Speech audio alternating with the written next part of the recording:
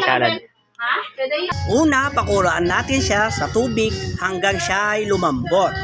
Pag siya ay malambot na, salain natin siya sa malamig na tubig at ating banlawan ito para hindi na siya magkadikit-dikit. At pagkatapos, ilagay natin sa malinis na batya upang dito natin templahin ang kanyang mga recados. Kailangan dapat tuyong-tuyo yan at walang naiwan na tubig sa macaroni. At pagkatapos nito, ihanda natin ang kanyang mga recados.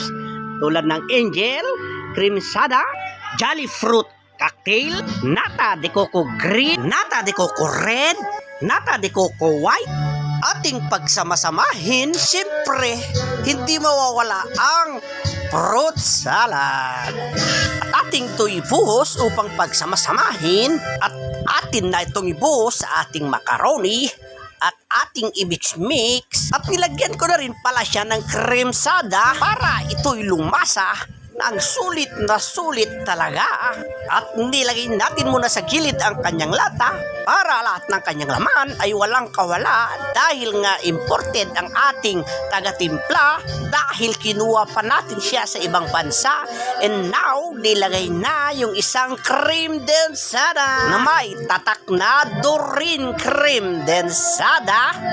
At ngayon naman, angel kondensada.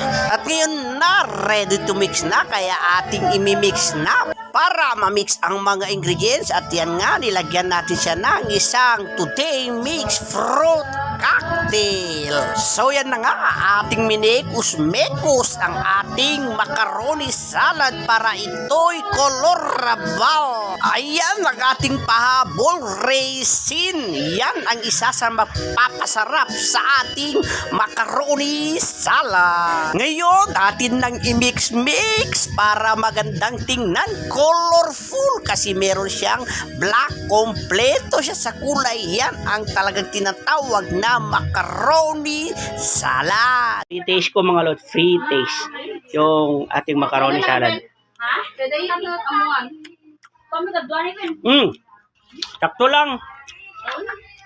At syempre, tinikman naman natin bago natin ilagay sa Tupperware upang ating i-freezer.